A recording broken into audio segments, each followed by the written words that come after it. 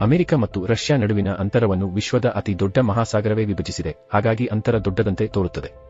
ಆದರೆ ನಾವು ಉತ್ತರ ದಿಕ್ಕಿಗೆ ಹೋಗಿದ್ರೆ ಅಮೆರಿಕ ಮತ್ತು ರಷ್ಯಾ ತುಂಬಾ ಹತ್ತಿರವಾಗಿದ್ದು, ನೀವು ಊಹಿಸುವಕ್ಕಿಂತಲೂ ಹೆಚ್ಚು ಹತ್ತಿರವಿದೆ. ಇಲ್ಲಿ ಅಮೆರಿಕ ಮತ್ತು ರಷ್ಯಾ ನಡುವೆ ಅಂತರ ಸುಮಾರು 82 ಕಿಮಿ ಮಾತ್ರ. ಆದರೆ ಇನ್ನೂ ಆಶ್ಚರ್ಯಕರವಾದುದು ಏನೆಂದರೆ, ಸ್ವಲ್ಪ ಜೂಮ್ ಮಾಡಿದರೆ ಅಂತರ ತುಂಬಾ ಕಡಿಮೆಯಾಗುತ್ತದೆ. ಅಮೆರಿಕದ ನಿಯಂತ್ರಣದಲ್ಲಿರುವ ಲಿಟಲ್ ಡಯಾಮಿಡಿಯಾ ದ್ವೀಪ ಮತ್ತು ಬಿಗ್ ಡ್ಯಾಮೆಡ್ ದ್ವೀಪದ ನಡುವಿನ ಪ್ರದೇಶದಲ್ಲಿ ರಷ್ಯಾ ನಿಯಂತ್ರಣದಲ್ಲಿ ಇರುವ ಕಾರಣ ಈ ಎರಡು ದೇಶಗಳ ನಡುವಿನ ದೂರ ಸುಮಾರು 4 ಕಿಲೋಮೀಟರ್ ಮಾತ್ರ. ಇನ್ನೊಂದು ಕುತೂಹಲಕಾರಿ ವಿಷಯವೆಂದರೆ, ಈ ಎರಡು ದ್ವೀಪಗಳನ್ನು ಅಂತಾರಾಷ್ಟ್ರೀಯ ದಿನಾಂಕ ರೇಖೆ ವಿಭಜಿಸುತ್ತದೆ. ಇದರಿಂದ ಈ ದ್ವೀಪಗಳ ನಡುವೆ ಸುಮಾರು 21 ಗಂಟೆಗಳ ಸಮಯ ವ್ಯತ್ಯಾಸ ಉಂಟಾಗುತ್ತದೆ. ಶೀತಕಾಲದಲ್ಲಿ ಹಿಮದ ಮೇಲೆ ಕಾಲಿಟ್ಟು ಸುಮಾರು 40 ನಿಮಿಷಗಳಲ್ಲಿ ಈ ದೂರವನ್ನು ದಾಟಬಹುದು. ಆದರೆ ಅರ್ಥವೇನೆಂದರೆ, ನೀವು ಲಿಟಲ್ ಡಯಾಮಿಡಿಯಾ ದ್ವೀಪದಿಂದ ಮಧ್ಯಾಹ್ನ 2 ಗಂಟೆಗೆ ಗಡಿ ದಾಟಿದ್ರೆ ನೀವು ಬಿಗ್ ಡ್ಯಾಮಿಡ್ ದ್ವೀಪಕ್ಕೆ ದಿನ ಬೆಳಿಗ್ಗೆ 11 ಗಂಟೆಗೆ ಆಗಮಿಸುತ್ತೀರಾ. ಆದ್ರೆ ಸೀಮೆ ದಾಟೋದು ಕಡ್ಡಾಯವಾಗಿ ನಿಷೇಧ. ಎರಡು ದ್ವೀಪಗಳ ನಡುವೆ ಇರುವ ಗಡಿಭಾಗವು ಪ್ರಾಯೋಗಿಕವಾಗಿ ಮುಚ್ಚಿದೆ. ಆದ್ದರಿಂದ ಈ ಎರಡು ದ್ವೀಪಗಳ ನಡುವೆ ಪ್ರಯಾಣ ಮಾಡಲು ಯಾರಾದರೂ ಇಚ್ಛಿಸಿದರೆ ಅವರು ಸಂಪೂರ್ಣ ಭೂಮಂಡಲವನ್ನು ಸುತ್ತಿಕೊಳ್ಳಬೇಕಾಗುತ್ತದೆ. ಇವುಗಳಿಂದ ದೊಡ್ಡ ಡೇಮೆಡ್ಡೆ ಪೂರ್ವದ ಅತ್ಯಂತ ಮುಕ್ತಾಯ ಬಿಂದುವಾಗಿದ್ದು, ಚಿಕ್ಕ ಡೇಮೆಡ್ಡೆ ಪಶ್ಚಿಮದ ಅತ್ಯಂತ ಮುಕ್ತಾಯ ಬಿಂದುವಾಗಿರುತ್ತದೆ. ಚಿಕ್ಕ ಡೇಮೆಡ್ಡೆ ಮತ್ತು ದೊಡ್ಡ ಡೇಮೆಡ್ಡೆ ದ್ವೀಪಗಳು ಬೆರಿಂಗ್ ಸ್ಟ್ರೇಟ್ನ ಮಧ್ಯಭಾಗದಲ್ಲಿ ಇದ್ದು, ಇದು ಬೆರಿಂಗ್ ಸಮುದ್ರವನ್ನು ಆರ್ಕ್ಟಿಕ್ ಮಹಾಸಾಗರಕ್ಕೆ ಸಂಪರ್ಕಿಸುವ ನೀರಿನ ಮಾರ್ಗ ಮತ್ತು ಏಷ್ಯಾ ಮತ್ತು ಉತ್ತರ ಅಮೆರಿಕ ಖಂಡಗಳನ್ನು ವಿಭಜಿಸುತ್ತದೆ.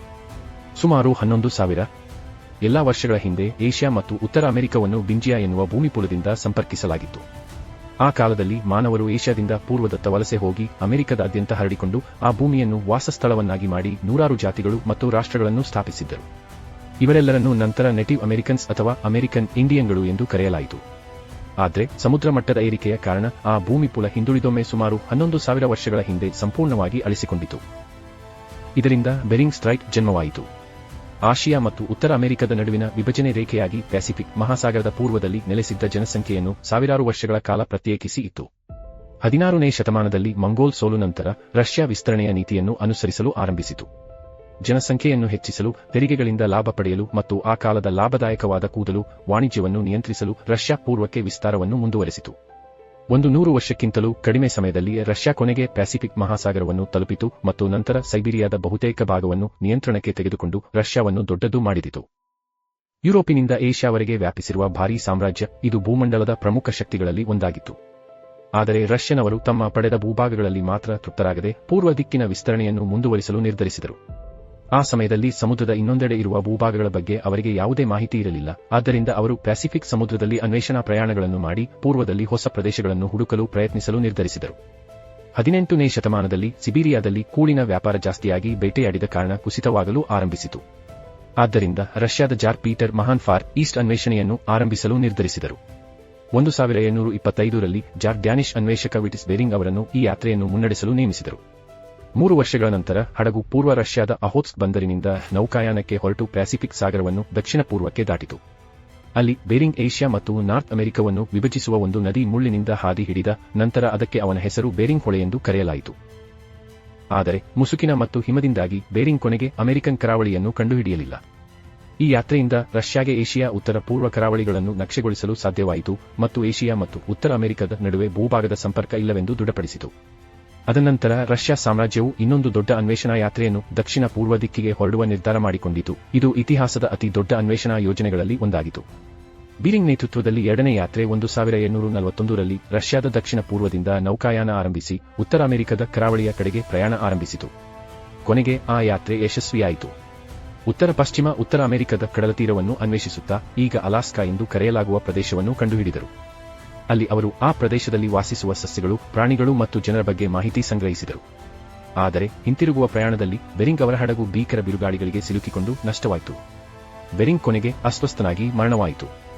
ಆದರೂ ಹಡಗಿನ ಕೆಲ ಸಿಬ್ಬಂದಿ ಅವಶೇಷಗಳಿಂದ ಒಂದು ಹಡಗು ತಯಾರಿಸಿ ಕೊನೆಗೆ ರಷ್ಯಾದ ಕಡಲತೀರಕ್ಕೆ ತಲುಪಿದರು.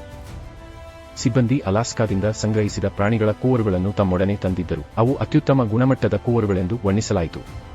ಮುಂದುವರಿದಂತೆ ಇದರಿಂದ ರಷ್ಯಾ ಅಲಾಸ್ಕಾ ಪ್ರದೇಶದ ಮೇಲೆ ತಮ್ಮ ನಿಯಂತ್ರಣವನ್ನು ಪ್ರಾರಂಭಿಸಿತು. ರಷ್ಯಾ ಈಗ ನಿಜವಾಗಿಯೂ 3 ಖಂಡಗಳನ್ನು ಒಳಗೊಂಡಿತ್ತು. ಪೂರ್ವ ಯುರೋಪಿನ ಒಂದು ಭಾಗ, ಉತ್ತರ ಏಷ್ಯಾದ ಸಂಪೂರ್ಣ ಭಾಗ ಮತ್ತು ಉತ್ತರ ಅಮೆರಿಕಾದ ಉತ್ತರ ಪಶ್ಚಿಮ ಭಾಗವನ್ನು ನಿಯಂತ್ರಿಸುತ್ತಿತ್ತು. 1843ರಲ್ಲಿ ಕುರಿ ವ್ಯಾಪಾರಿಗಳು ರಷ್ಯಾ ಕರಾವಳಿಯಿಂದ ಅಲ್ಯೂಷಿಯನ್ ದ್ವೀಪಗಳ ಕಡೆಗೆ ಹಡಗುಗಳ ಮೂಲಕ ಪ್ರಯಾಣ ಮಾಡಲಾರಂಭಿಸಿದರು. ಇಲ್ಲಿ ರಷ್ಯಾ ವ್ಯಾಪಾರಿಗಳು ದ್ವೀಪಗಳಲ್ಲಿ ಬೇಟೆಗಾರಿಕೆ ಮತ್ತು ವ್ಯಾಪಾರದ ಪೋಸ್ಟ್ಗಳನ್ನು ಸ್ಥಾಪಿಸಲು ಪ್ರಾರಂಭಿಸಿದರು.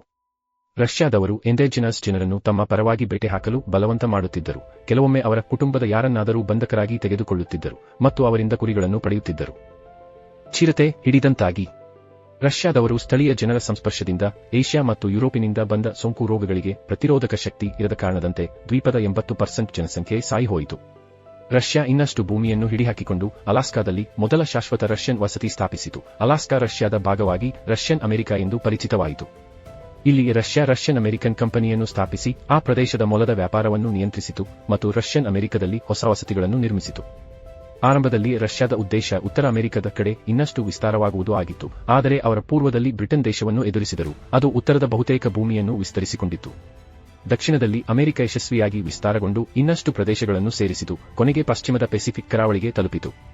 ಆದ್ದರಿಂದ ರಷ್ಯಾ ತನ್ನ ವಿಸ್ತಾರವನ್ನು ನಿಲ್ಲಿಸಿ 3 ಖಂಡಗಳನ್ನು ಒಳಗೊಂಡಿರುವ ತನ್ನ ವಿಶಾಲ ಪ್ರದೇಶದೊಂದಿಗೆ ತೃಪ್ತಿಪಡಿತು. ಆದರೆ 9ನೇ ಶತಮಾನ ಮಧ್ಯದಲ್ಲಿ ರಷ್ಯನ್ ಅಮೆರಿಕಾದಲ್ಲಿ ಪ್ರಾಣಿಗಳ ಸಂಖ್ಯೆ ಕಡಿಮೆಯಾಗಲು ಆರಂಭವಾಯಿತು. ಕಡಿಮೆಯಾಗುವುದು, ಇದರಿಂದ ರಷ್ಯಾದ ಉತ್ತರ ಅಮೆರಿಕನ್ ಕಾಲೋನಿಗಳಿಂದ ಆಗುತ್ತಿದ್ದ ಲಾಭವು ಬಹಳ ಕಡಿಮೆಯಾಯಿತು. ಅದೇ ಸಮಯದಲ್ಲಿ ರಷ್ಯಾ ದೂರದ ಪಶ್ಚಿಮದಲ್ಲಿ ಒಟ್ಟೋಮನ್ ಸಾಮ್ರಾಜ್ಯದ ಜೊತೆ ಯುದ್ಧಕ್ಕೆ ಒಳಗಾಯಿತು. 1853ರಲ್ಲಿ ಬ್ರಿಟನ್ ಮತ್ತು ಫ್ರಾನ್ಸ್ ಒಟ್ಟೋಮನ್ ಸಾಮ್ರಾಜ್ಯದ ಪಕ್ಕದಲ್ಲಿ ರಷ್ಯಾಗೆ ವಿರುದ್ಧ ಹೋರಾಡಿದವು. ಬ್ರಿಟನ್ ಫ್ರಾನ್ಸ್ ಮೊದಲ ಉದ್ದೇಶ ರಷ್ಯಾವನ್ನು ದುರ್ಬಲಗೊಳಿಸಿ ಕಾಲೋನಿಯ ಸ್ಪರ್ಧೆಯಿಂದ ಹೊರಬಿಡಿಸುವುದಾಗಿತ್ತು. ಯುದ್ಧವು ಒಟ್ಟೋಮನ್ ಜಯದಿಂದ ಮತ್ತು ರಷ್ಯಾ ಸಾಮ್ರಾಜ್ಯದ ಸೋಲಿನಿಂದ ಮುಗಿದಿತು. ಆದರೆ ಈ ಯುದ್ಧ ಸುಮಾರು 3 ವರ್ಷಗಳ ಕಾಲ ನಡೆಯಿತು. ಬ್ರಿಟನ್ ಮತ್ತು ಫ್ರಾನ್ಸ್ ಪೆಸಿಫಿಕ್ ಕಡಲ್ವಳದ ಪೂರ್ವದ ರಷ್ಯಾದ ಬಂದರಿನ ಮೇಲೆ ದಾಳಿ ಮಾಡಿದರು. ಇದರಿಂದ ರಷ್ಯಾಕಾರರು ತಮ್ಮ ಪೂರ್ವದ ಪ್ರದೇಶಗಳನ್ನು ರಕ್ಷಿಸುವ ಸಾಮರ್ಥ್ಯಕ್ಕೆ ಸಂಶಯ ಪಡಲು ಆರಂಭಿಸಿದರು. ರಷ್ಯಾಕಾರರು ರಷ್ಯಾ ಅಮೆರಿಕವನ್ನು ರಕ್ಷಿಸುವುದು ತುಂಬಾ ಕಷ್ಟಕರ ಮತ್ತು ಆರ್ಥಿಕ ಭಾರವಾಗುತ್ತಿದೆ ಎಂಬುದು ತಿಳಿದುಕೊಂಡರು. ವಿಶೇಷವಾಗಿ ಆ ಪ್ರದೇಶವು ಅವರ ಶಕ್ತಿಶಾಲಿ ಶತ್ರು ಬ್ರಿಟನ್ ದೇಶದ ಹತ್ತಿರದ ಗಡಿಯನ್ನು ಹಂಚಿಕೊಂಡಿದ್ದರಿಂದ ಅದು ಯಾವಾಗ ಬೇಕಾದರೂ ದಾಳಿ ಮಾಡಬಹುದು ಮತ್ತು ಭೂಮಿಯನ್ನು ಸ್ವಾಧೀನ ಮಾಡಬಹುದು ಎಂದು ಭಯಪಟ್ಟರು. ಕೊನೆಗೂ ರಷ್ಯಾ ತನ್ನ ಉತ್ತರ ಅಮೆರಿಕದ ಪ್ರದೇಶಗಳನ್ನು ಮಾರಲು ನಿರ್ಧರಿಸಿತು. ಆಯ್ಕೆ ಯುನೈಟೆಡ್ ಸ್ಟೇಟ್ಸ್ ದೇಶದ ಮೇಲೆ ಬಂತು. ಅವರು ರಷ್ಯಾ ಜೊತೆ ಒಳ್ಳೆಯ ಸಂಬಂಧ ಇದ್ದವರು ಮತ್ತು ಬ್ರಿಟನ್ ಅವರ ವಿರೋಧಿಯಾಗಿದ್ದವರು. ಆದ್ದರಿಂದ ಆ ಪ್ರದೇಶವನ್ನು ಅಮೆರಿಕಕ್ಕೆ ಮಾರಾಟ ಮಾಡೋದು ರಷ್ಯಾ ಮತ್ತು ಬ್ರಿಟನ್ ನಡುವೆ ಅಂತರದಟ್ಟಣೆ ಆಗುತ್ತಿತ್ತು. ಅಮೆರಿಕದ ಗುರಿ ಉತ್ತರ ಅಮೆರಿಕದಲ್ಲಿ ಇನ್ನಷ್ಟು ವಿಸ್ತರಿಸಿ ಪೆಸಿಫಿಕ್ ಕರಾವಳಿಯ ದೊಡ್ಡ ಭಾಗವನ್ನು ನಿಯಂತ್ರಿಸುವುದು. ಆದ್ದರಿಂದ ಅಮೆರಿಕಕ್ಕೆ ಅಲಾಸ್ಕಾ ಖರೀದಿಸುವುದು ಬಹಳ ದೊಡ್ಡ ಅವಕಾಶವಾಗಿ ಕಂಡಿತು. ವಿಶೇಷವಾಗಿ ಆ ಪ್ರದೇಶಗಳ ಮೇಲೆ ನಿಯಂತ್ರಣವು ಅಮೆರಿಕದ ಏಷ್ಯಾ ವ್ಯಾಪಾರಕ್ಕೆ ಸಹಾಯ ಮಾಡುತ್ತಿತ್ತು. ಅಮೆರಿಕ ಮೂಲತಃ ಖರೀದಿಗೆ ಒಪ್ಪಿಕೊಂಡು ಮಾತುಕತೆ ಆರಂಭಿಸಲು ಸಿದ್ಧವಾಗಿತ್ತು. ರಷ್ಯನ್ಗಳು ಒಪ್ಪಂದವನ್ನು ಅಂತಿಮಗೊಳಿಸಿದರು. ಆದರೆ ಈ ಸಮಯದಲ್ಲಿ ಅಮೆರಿಕದ ಗೃಹಯುದ್ಧ ಪ್ರಾರಂಭವಾಯಿತು. ಇದು ಸುಮಾರು 4 ವರ್ಷಗಳ ಕಾಲ ನಡೆದು ಅಮೆರಿಕದ ಇತಿಹಾಸದ ಅತಿ ರಕ್ತಸ್ನಾನಗೊಂಡ ಯುದ್ಧಗಳಲ್ಲಿ ಒಂದಾಗಿ ಪರಿಗಣಿಸಲಾಗಿದೆ. ಈ ಯುದ್ಧದ ವೇಳೆ ರಷ್ಯಾ ಅಮೆರಿಕದ ಅಧ್ಯಕ್ಷರ ಮತ್ತು ಯೂನಿಯನ್ನ ಪರವಾಗಿ ಬೆಂಬಲ ನೀಡಿತು, ಸೆಸೆಷನಿಸ್ಟ್ಗಳ ವಿರುದ್ಧ. ಕೊನೆಗೆ ಯೂನಿಯನ್ ಸೆಸೆಷನಿಸ್ಟ್ಗಳನ್ನು ಸೋಲಿಸಿ ಯುದ್ಧ ಮೇ 1865ರಲ್ಲಿ ಅಂತ್ಯವಾಗಿತು. ಇದಾದ ಮೇಲೆ ರಷ್ಯನ್ಗಳ ಸಾರ್ ಚರ್ಚೆಗಳನ್ನು ಪುನರಾರಂಭಿಸಲು ಆದೇಶಿಸಿದರು. 1867ರ ಮಾರ್ಚ್ ಆರಂಭದಲ್ಲಿ ಸುಮಾರು 1 ತಿಂಗಳೊಳಗೆ ಒಪ್ಪಂದ ಅಂತಿಮವಾಗಿ ನಿಶ್ಚಿತವಾಗಿದ್ದು ರಷ್ಯನ್ ಅಮೆರಿಕವನ್ನು ಕೇವಲ $7.2 ಮಿಲಿಯನ್ ಮಾರಾಟ ಮಾಡಲಾಯಿತು. ಅಂದರೆ ಅಮೆರಿಕ ಈ ವಿಶಾಲ ಭೂಮಿಯನ್ನು ಪ್ರತಿ ಏಕರ್ ಸುಮಾರು 2 ಸೆಂಟಿಗೆ ಖರೀದಿಸಿತು. ರಷ್ಯನ್ ಅಮೆರಿಕ ಅಧಿಕೃತವಾಗಿ ಅಮೆರಿಕದ ಭಾಗವಾಗಿ ಪರಿಗಣಿಸಲ್ಪಟ್ಟಿತು ಮತ್ತು ಉತ್ತರ ಅಮೆರಿಕದಲ್ಲಿನ ರಷ್ಯನ್ ಹಾಜರಾತಿ ಅಂತ್ಯಗೊಂಡಿತು. ಆಸಕ್ತಿಕರವಾಗಿ ಈ ಒಪ್ಪಂದವನ್ನು ಆ ಸಮಯದಲ್ಲಿ ಅಮೆರಿಕದಲ್ಲಿ ಸ್ಯೂವರ್ಡ್ನ ಮೂರ್ಖತನ ಎಂದು ಪ್ರಸಿದ್ಧಿ ಪಡೆದಿತ್ತು, ಏಕೆಂದರೆ ಅಮೆರಿಕದ ವಿದೇಶಾಂಗ ಕಾರ್ಯದರ್ಶಿ ವಿಲಿಯಂ ಸ್ಯೂವರ್ಡ್ ರಷ್ಯಾದೊಂದಿಗೆ ನಡವಳಿಕೆ ನಡೆಸಿದ್ದರು. ಬೃಹತ್ $7.2 ಮಿಲಿಯನ್ಗಾಗಿ ಐಸ್ ಬಾಕ್ಸ್ ಖರೀದಿಸುವುದಾದ್ದರಿಂದ ಹಲವರು ಅವರನ್ನು ಮೂರ್ಖನಂತೆ ಪರಿಗಣಿಸಿದ್ದರು. ಆದರೆ ಆ ಸಮಯದಲ್ಲಿ ಅಮೆರಿಕ ಖರೀದಿಸಿದ ಐಸ್ ಬಾಕ್ಸ್ ಸುಮಾರು 1.5 ಕೋಟಿ ಎಕರೆ ಕೃಷಿ ಯೋಗ್ಯ ಭೂಮಿ, 10,000 ಕಿಲೋಮೀಟರ್ಗಿಂತ ಹೆಚ್ಚು ಕಡಲ್ತೀರ, 3,000 ನದಿಗಳು ಮತ್ತು 30 ಲಕ್ಷಕ್ಕಿಂತ ಹೆಚ್ಚು ಸರೋವರಗಳನ್ನು ಕೂಡ ಸೇರಿಸಿತ್ತು. ಅಲಾಸ್ಕಾ 17 ಲಕ್ಷ ಕಿಲೋಮೀಟರ್ಗಿಂತಲೂ ದೊಡ್ಡ ಪ್ರದೇಶ ಹೊಂದಿದ್ದು ಇದು ಅಮೆರಿಕದ ಒಟ್ಟು ಪ್ರದೇಶದ ಸುಮಾರು 20% ಆಗಿದೆ. 1959ರಲ್ಲಿ ಅಲಾಸ್ಕಾ ಯೂನಿಯನ್ಗೆ ಸೇರಿಕೊಂಡ ನಂತರ ಇದು ಅಧಿಕೃತವಾಗಿ ಅಮೆರಿಕದ ಅತಿದೊಡ್ಡ ರಾಜ್ಯವಾಯಿತು. ಇಂದು ಅಲಾಸ್ಕಾ ಅಮೆರಿಕದ ಪ್ರಮುಖ ರಾಜ್ಯಗಳಲ್ಲಿ ಒಂದಾಗಿದೆ ಮತ್ತು ಪ್ಯಾಸಿಫಿಕ್ ಪ್ರದೇಶದಲ್ಲಿ ಯಾವುದೇ ಬೆದರಿಕೆಗೆ ವಿರುದ್ಧವಾಗಿ ತನ್ನ ಸೇನಾ ಶಕ್ತಿಯ ಮೂಲವಾಗಿದೆ, ವಿಶೇಷವಾಗಿ ರಷ್ಯಾದಿಂದ. ಈ ರಾಜ್ಯಕ್ಕೆ ದೊಡ್ಡ ಪ್ರಮಾಣದಲ್ಲಿ ಎಣ್ಣೆ ಮತ್ತು ಗ್ಯಾಸ್ ಇದೆ ಮತ್ತು ಅಲ್ಲಿ ಅತಿದೊಡ್ಡ ಬೆಳ್ಳಿ ಮತ್ತು ಜಿಂಕ್ ಖನಿಜಗಳ ಖಾನೆಗಳಿವೆ. ಅಲ್ಲದೆ ಅಮೆರಿಕದ ಅರ್ಧವಷ್ಟು ಕೋಲಾ ಸಂಗ್ರಹಣೆಯೂ ಇದೆ. ಅಲ್ಲಿ ಸಿಕ್ಕಿಬಿದ್ದ ದೊಡ್ಡ ಪ್ರಮಾಣದ ಬಂಗಾರದಿಂದ ಅಲಾಸ್ಕಾವನ್ನು ಅಮೆರಿಕದ ಬಂಗಾರದ ನಾಡೆಂದು ಕರೆಯುತ್ತಾರೆ. ಇನ್ನೂ ಹೆಚ್ಚಿನ ಆಸಕ್ತಿಕರ ವಿಷಯಗಳಿಗಾಗಿ ಚಾನೆಲ್ను ಸಬ್ಸ್ಕ್ರೈಬ್ ಮಾಡಿ ಮತ್ತು ಮುಂದಿನ ವಿಡಿಯೋದಲ್ಲಿ ಭೇಟಿಯಾಗೋಣ.